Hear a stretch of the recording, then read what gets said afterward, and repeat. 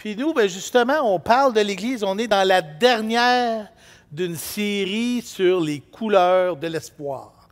Savez-vous combien il y a de couleurs à l'espoir? 10. J'en ai compté 10. On est à notre 10e enseignement exposé sur qu'est-ce qui nous distingue à l'Église de l'Espoir en tant qu'Église, qu'est-ce qui fait partie de nos valeurs. On a vu la première semaine qu'on est une Église locale. On croit à l'Église locale, il y a l'Église universelle, mais Dieu concentre ses efforts à travers l'Église locale. La Bible, le livre, la Bible est au cœur de l'Église de l'Espoir. C'est là qu'on prend nos enseignements, nos valeurs, tout part de la parole de Dieu. On croit aussi à la conversion des croyants, c'est-à-dire c'est une conversion individuelle. C'est un peu comme le dicton qui dit, c'est pas parce que tu vas d'un McDonald's que tu es nécessairement un hamburger. Ben, c'est pas parce que tu viens à l'Église que tu es nécessairement quelqu'un qui connaît personnellement Jésus-Christ. Ça prend une conversion individuelle. On croit aussi à des adorateurs émerveillés par la parole de Dieu. Notre adoration prend sa source à même la parole vivante du Seigneur à travers sa parole, à travers la Bible. On croit à la centralité de l'Évangile, c'est-à-dire que l'Évangile, c'est le message du salut, mais en même temps, c'est quelque chose qu'on doit se rappeler à chaque jour pour notre sanctification. On se prêche l'Évangile quotidiennement. On croit aussi qu'on est une Église congrégationnaliste, c'est-à-dire qu'on travaille ensemble. On est une grosse équipe.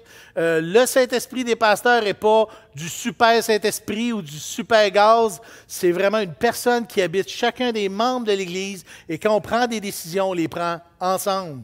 On croit également qu'on est une Église complémentarienne, c'est-à-dire que hommes et femmes complémentaires ont des rôles spécifiques comme Dieu le voulait. On est une Église de formation disciples. On forme des disciples ensemble, les uns les autres. On se stimule, on se fait grandir les uns les autres.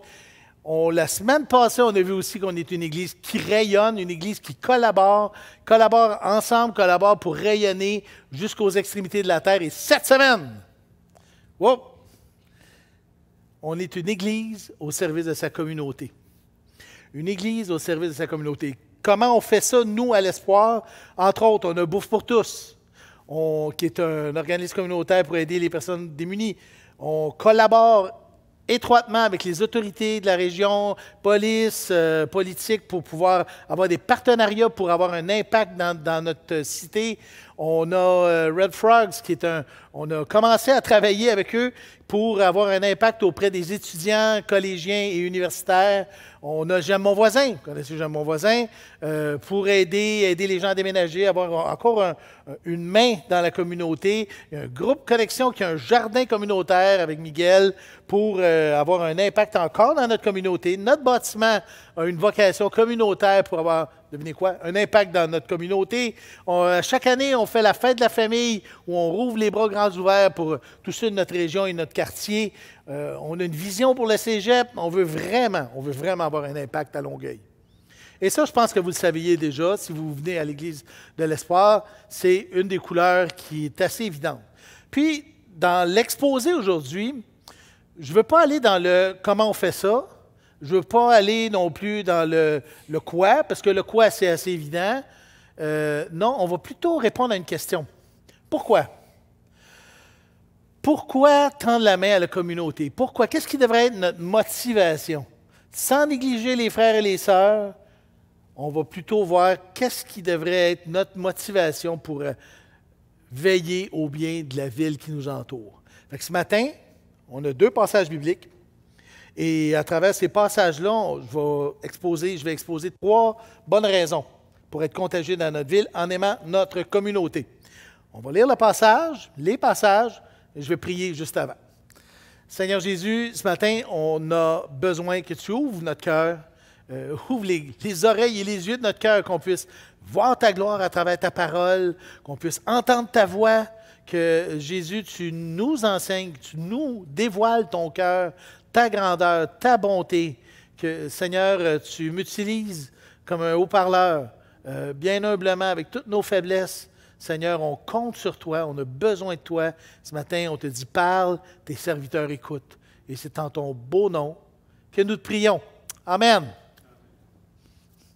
Donc, les passages bibliques de ce matin sont tirés de 2 livres. Donc, Jérémie, chapitre 29, verset 7, et les psaumes, chapitre 57, versets 10 à 12, dans la nouvelle édition de Genève.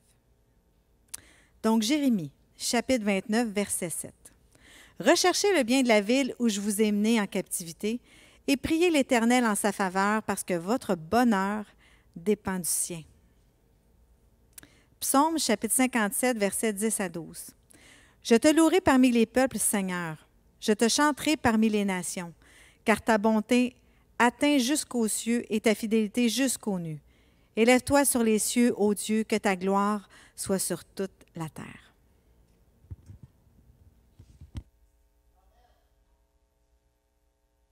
C'est la parole de Dieu. C'est la parole de Dieu. C'est précieux, la parole de Dieu. La parole de Dieu est vivante. Elle parle à notre cœur. Et à travers ces passages qu'on a lus, on va découvrir, mais pourquoi? Pourquoi on devrait avoir ce cœur-là pour notre cité? Donc, 3 raisons. La première est à même le passage de Jérémie 29, 7, c'est « J'en fais partie ». Recherchez le bien de la ville où je vous ai mené en captivité et priez l'Éternel en sa faveur, parce que votre bonheur dépend du sien. Et là, le contexte est intéressant parce c'est l'Exode, les Juifs ont été déportés dans un pays éloigné, ils sont faits prisonniers là-bas, ils ont une nouvelle vie avec des nouvelles coutumes, un roi étranger, des nouvelles règles. Dieu, par le biais de Jérémie, dit à son peuple d'être sage et judicieux.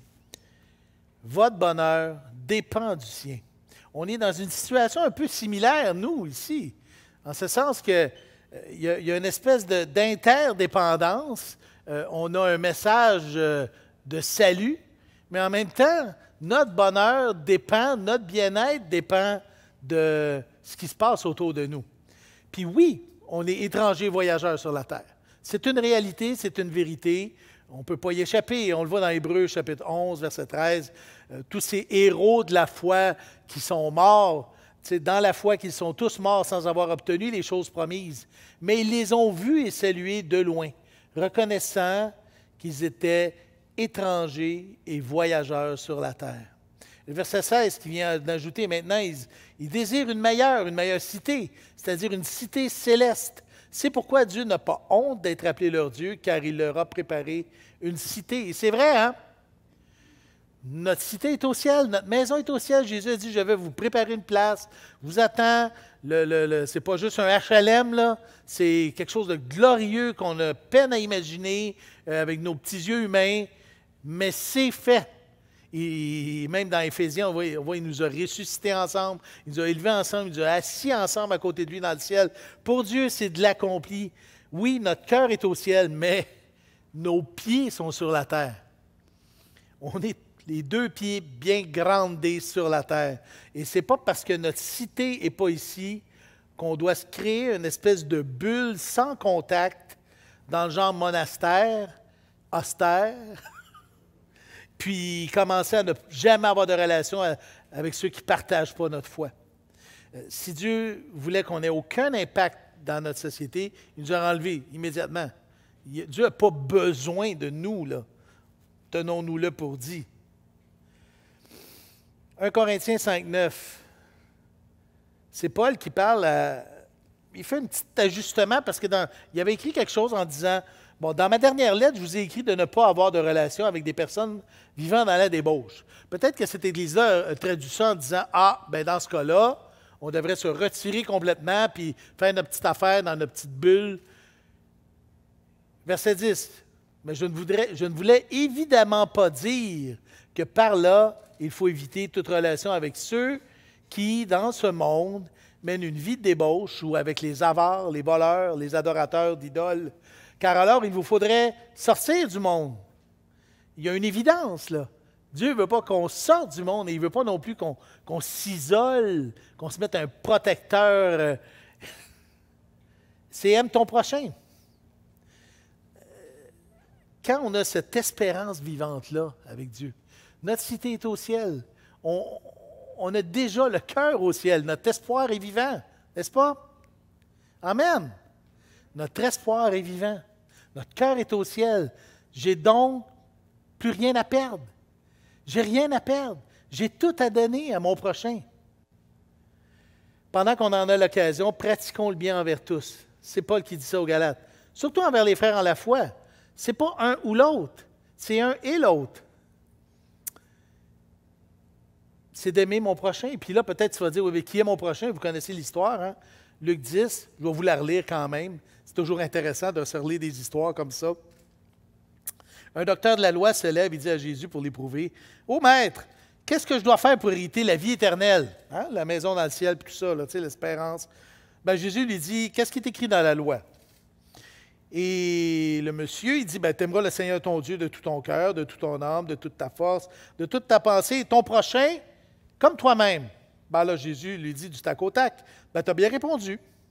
Fais ça et tu vivras. » J'imagine qu'il y avait un petit malaise. Il n'est peut-être pas là, mais tu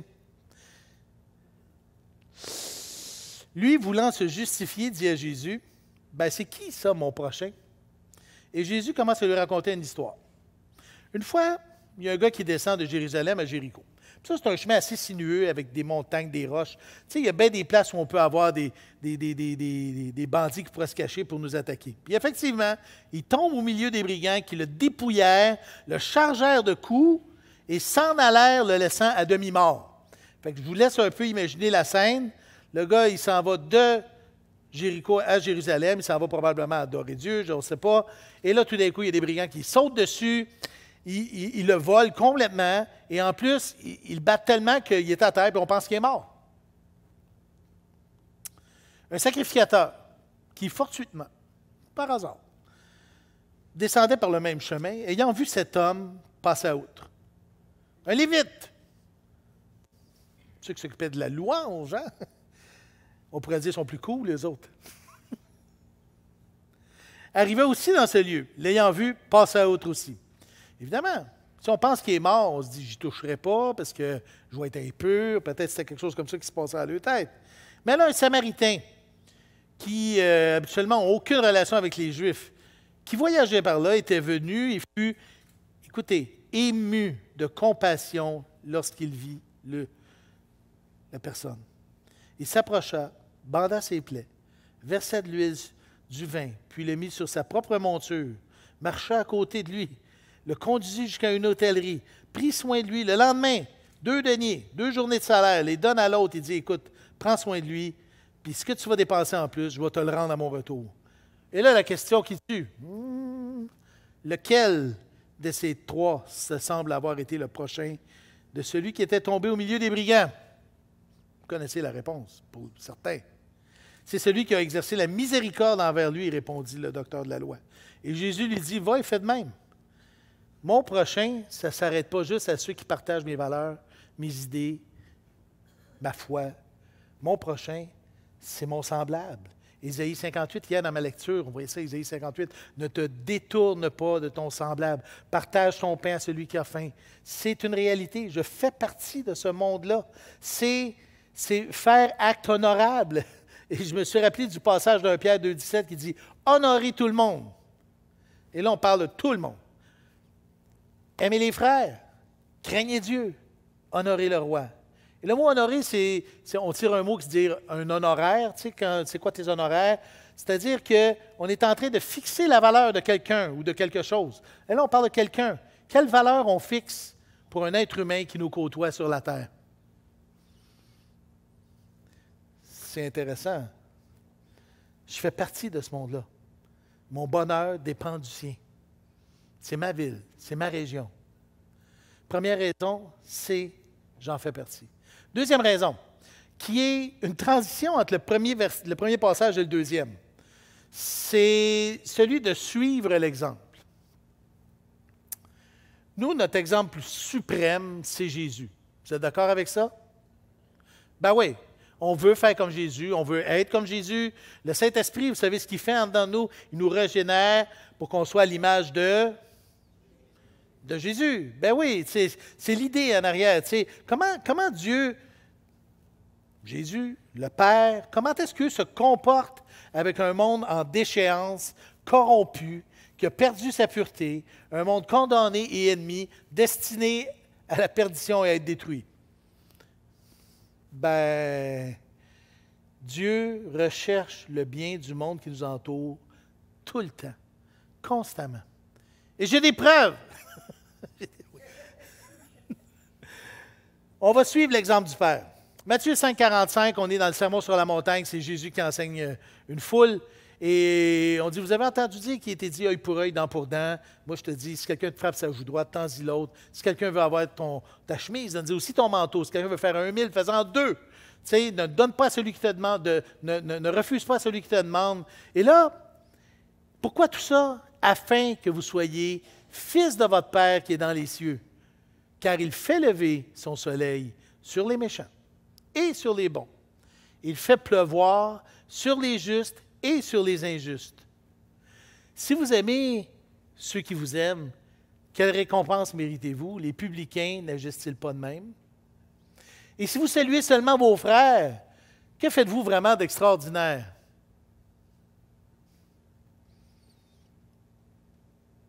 Les païens n'agissent-ils pas de même? Soyez donc parfaits, comme votre Père céleste est parfait. Aimer nos ennemis, faire du bien à ceux qui nous persécutent, c'est suivre l'exemple du Père. Suivre l'exemple du Père. Dans un contexte comme on est aujourd'hui, raison de plus encore. Et, à un moment donné, Paul est à Lystre. Et là, ils font un miracle. Et puis là, tout le monde capote, là, excusez, mais bon, il dit « Wow! C'est des dieux! Les dieux sont avec nous! » Fait que là, il commence à sortir la quincaillerie pour dire « On va les honorer! » Et là, Paul et Barnabas disent « Wow, calmez-vous! On n'est pas des dieux, nous, là. On est juste des humains. Mais on s'en vient vous parler d'un Dieu, par exemple. Un Dieu que vous le cherchiez à tâtons, mais tu sais, regardez, pourtant, et là, on est Acte 14, 17, quoiqu'il n'a cessé de rendre témoignage de ce qu'il est. Il n'a jamais cessé de rendre témoignage de ce qu'il est. On parle de Dieu, là.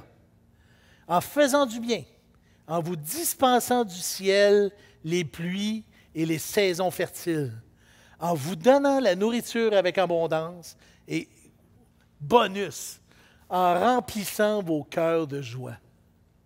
Wow! Ah oui, vraiment. Il y a un wow, là, tu dis, OK. Dieu pose des gestes concrets, même envers des gens qui le renient, qui sont ennemis de lui.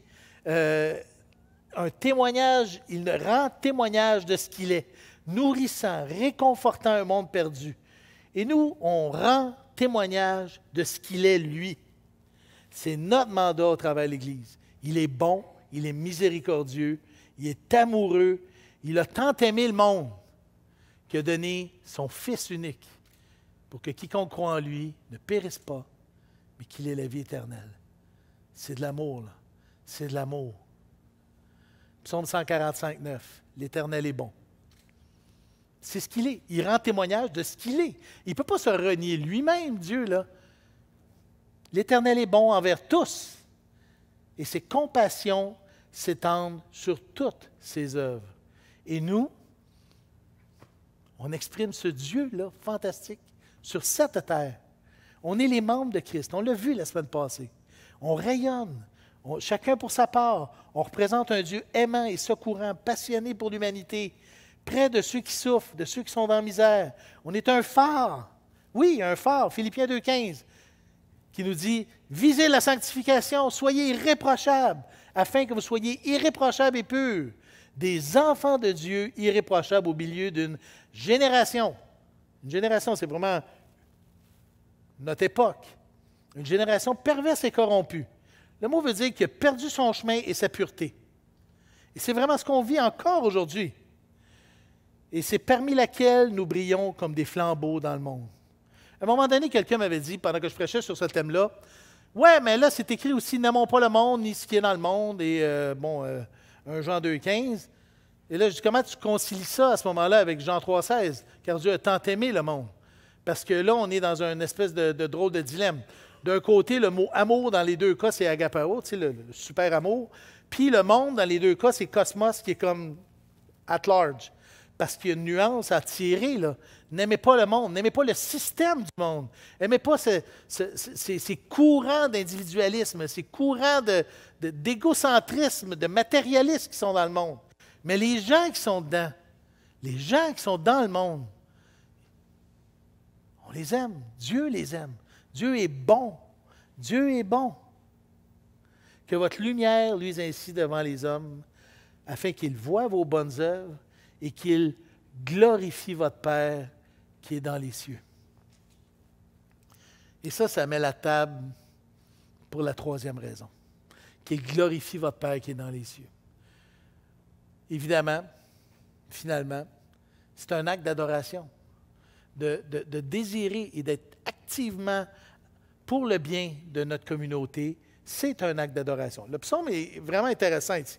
Psaume 57, j'aurais pu prendre Ésaïe 58, j'aurais pu prendre d'autres psaumes, mais celui-là, il est intéressant parce qu'il est co-concentré, c'est comme du concentré de bonté de Dieu. Là, versets 10 à 12. « Je te louerai parmi les peuples, Seigneur, je te chanterai parmi les nations, car ta bonté atteint jusqu'aux cieux et ta fidélité jusqu'aux nues. Élève-toi sur les cieux, ô Dieu, que ta gloire soit sur toute la terre. » Si veiller au bien de ma communauté, c'est de suivre l'exemple du Père et de Christ, agir concrètement dans le monde de cette façon-là, c'est exposer ma compréhension de Dieu. C'est exposer finalement mon adoration, littéralement. C'est manifester le caractère de Dieu autour de nous. Aussi simplement que ça. Piper cite quelque chose, John Piper. C'est intéressant ce qu'il dit. C'est pas parce que Dieu a des imperfections auxquelles il tenterait de remédier, mais c'est plutôt qu'il y a des perfections qu'il désire manifester. Et l'Église et la création est là pour Dieu un moyen de s'afficher. Dieu veut nous utiliser, gang, les amis. Dieu veut nous utiliser. Il veut nous utiliser pour s'afficher. On est ses agents privilégiés pour secourir la veuve et l'orphelin, le miséreux, le malheureux, comme Dieu le fait lui-même. Romains 12:1. Je vous exhorte donc, frères, par les compassions de Dieu, à offrir vos corps comme un sacrifice vivant, saint, agréable à Dieu, ce qui sera de votre part un culte raisonnable. Ce culte raisonnable-là, c'est d'offrir mon corps à Dieu, faisant ce que tu veux, faisant premièrement ce que tu es, rends témoignage de ce que tu es à travers moi, comme pour les gens de l'Istre. Et parce que le but de Dieu, c'est uniquement sa gloire.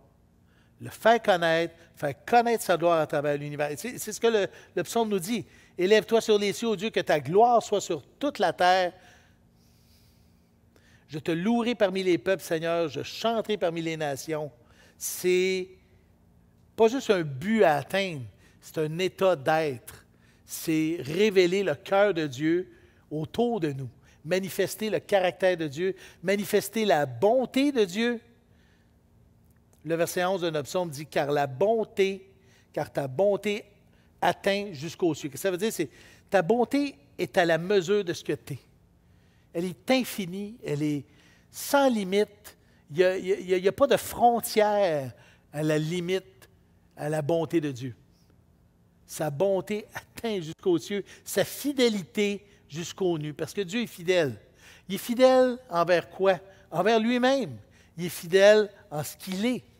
C'est Dieu. Marc 6, 34. Quand il est sorti de la barque, Jésus vit une grande foule et fut rempli de compassion pour eux, parce qu'ils étaient comme des brebis qui n'ont pas de berger. C'est Jésus, là. Jésus, il avait une vision différente aussi de la nôtre, là. Il savait où il s'en allait. Il savait qui étaient ceux qui étaient devant eux. Il n'y avait pas besoin qu'on lui rende de témoignage, car il savait ce qui était dans l'homme.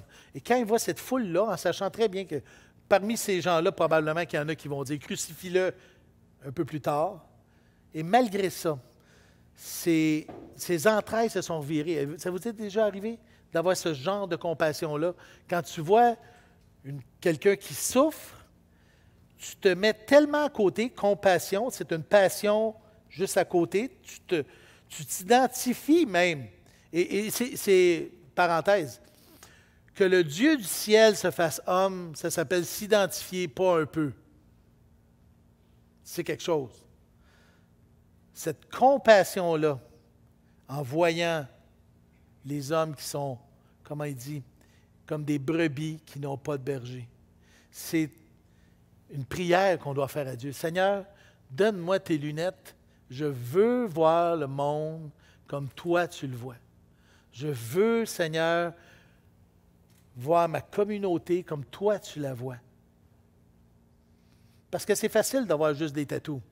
C'est facile d'avoir juste des piercings. C'est facile d'avoir juste les affaires qui nous dérangent.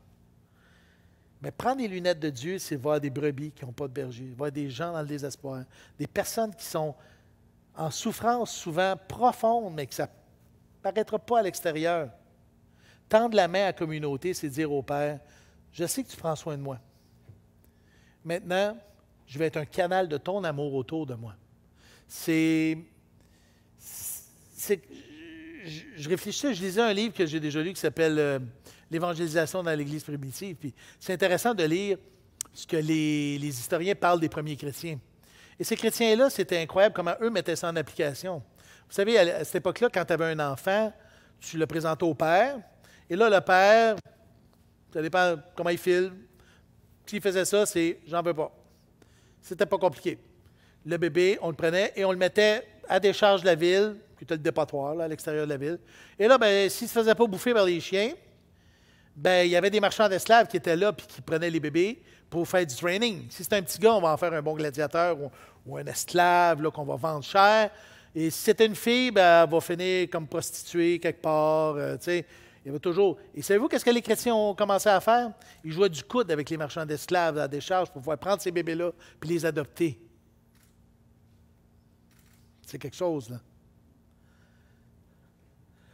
C'était commun de voir les chrétiens se priver de nourriture 2, des fois 3 fois dans la semaine, 3 jours, là, pour pouvoir prendre de cette nourriture-là et la donner à ceux qui en avaient besoin dans la ville. C'est fou, hein? Quand je lis des... Puis on n'a pas besoin de descendre 2000 ans en arrière. Si je lis, par exemple, des sites comme La Voix des Martyrs, Porte ouverte, tu sais, c'est les chrétiens persécutés. Les places où les chrétiens sont le plus maltraités, c'est là qu'on voit les plus grands actes d'amour envers la communauté. C'est sérieux. Souvent, je me dis, my gosh, j'ai l'impression d'être une caricature de chrétien quand je vois ces héros-là. Et pourtant, ils sont faits de la même nature que nous, ils ont le même Saint-Esprit que nous. C'est une question décisionnelle de dire, non, Seigneur, je veux vivre une vie chrétienne à la hauteur de la vocation à laquelle tu m'as amené. C'est ça. C'est une question de maturité spirituelle.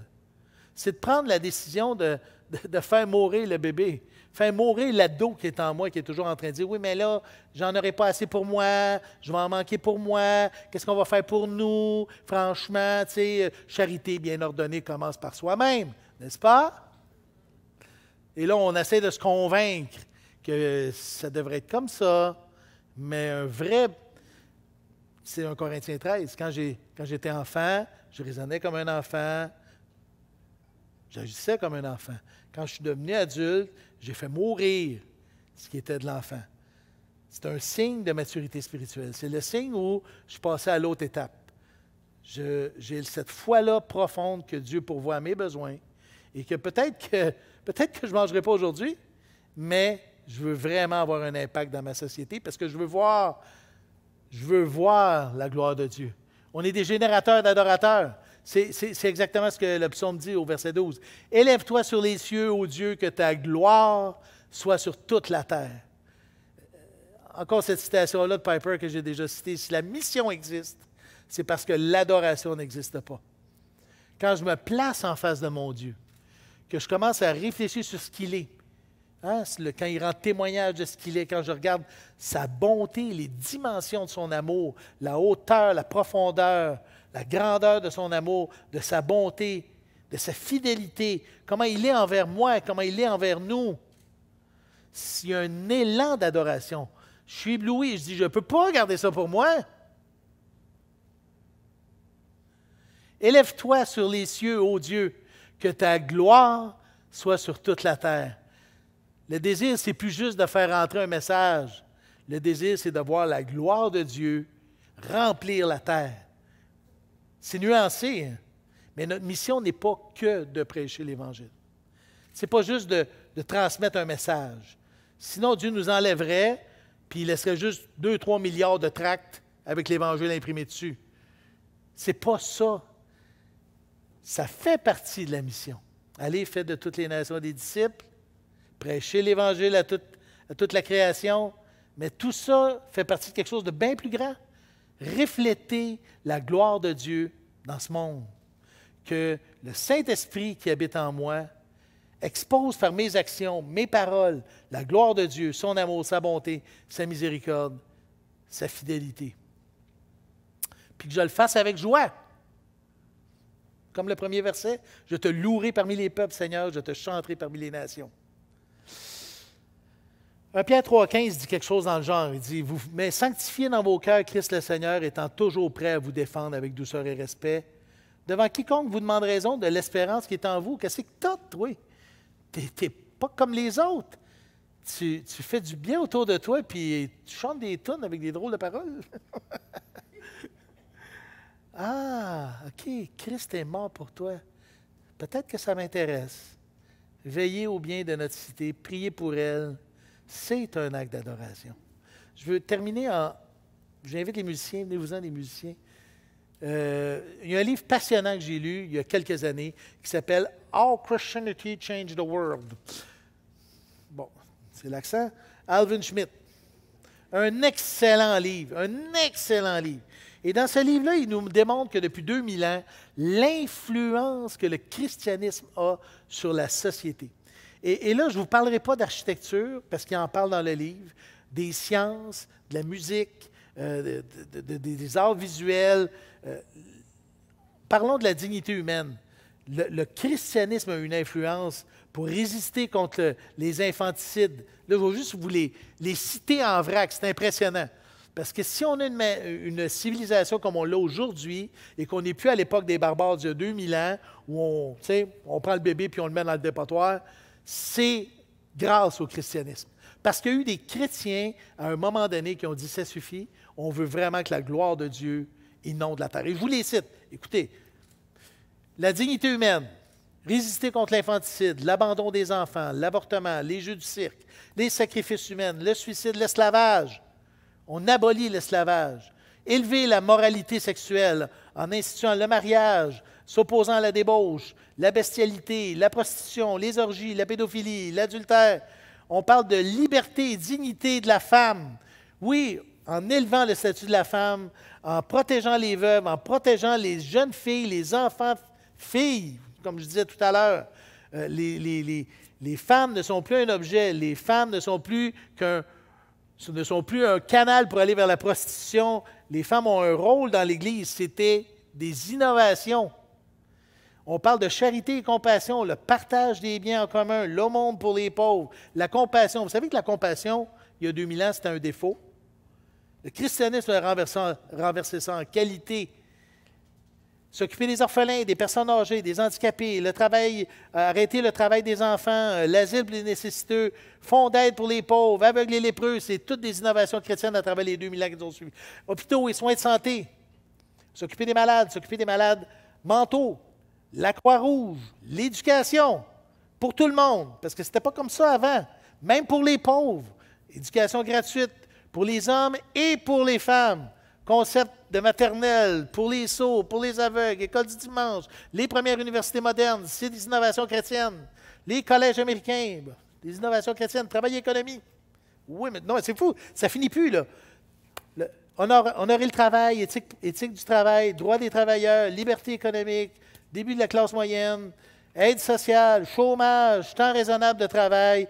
On parle de liberté et justice, équité devant la loi, les droits naturels, déclaration d'indépendance, liberté des droits individuels, liberté de religion, égalité des individus, séparation de l'Église et de l'État, les droits civiques. Et j'en ai coupé, là, parce qu'il y en avait un méchant tas. Je dis, OK, wow. Wow. Et c'est pas fini. C'est pas fini. Parce que Dieu peut faire des choses extraordinaires à travers du monde bien ordinaire comme nous. Dans la mesure où notre motivation, c'est le désir de voir la gloire de Dieu remplir toute la terre. Et là, on devient des participants actifs dans notre société. On recherche le bien de la ville qui nous a emmenés en captivité et on prie l'Éternel en sa faveur parce que notre bonheur dépend du sien. Les couleurs de l'espoir, hein? Ça vaut la peine d'être partagé. Ça vaut la peine d'être partagé. Ça commence avec nous, de briller. Prions. Seigneur, donne-nous tes lunettes. Donne-nous tes lunettes. Montre-nous comment toi tu vois le monde qui nous entoure. Enlève les écailles de nos yeux pour que le confort, le matérialisme, l'individualisme qui crie tellement fort dans notre monde puisse se décoller de notre cœur et qu'on puisse voir qu'on n'a rien à perdre. Que Seigneur, par ta grandeur et ta bonté, tu puisses, dans ta grande patience, transformer notre cœur et donner un puissant réveil au Québec. Et commence avec nous, Seigneur. On te le dit, Seigneur, prends nos corps, prends nos vies, on t'appartient, on n'a plus rien à perdre. Notre maison est au ciel maintenant. Que notre monde soit transformé et bouleversé par le témoignage que tu fais à travers nous, parce qu'on veut ta gloire dans le nom merveilleux de Jésus. Amen.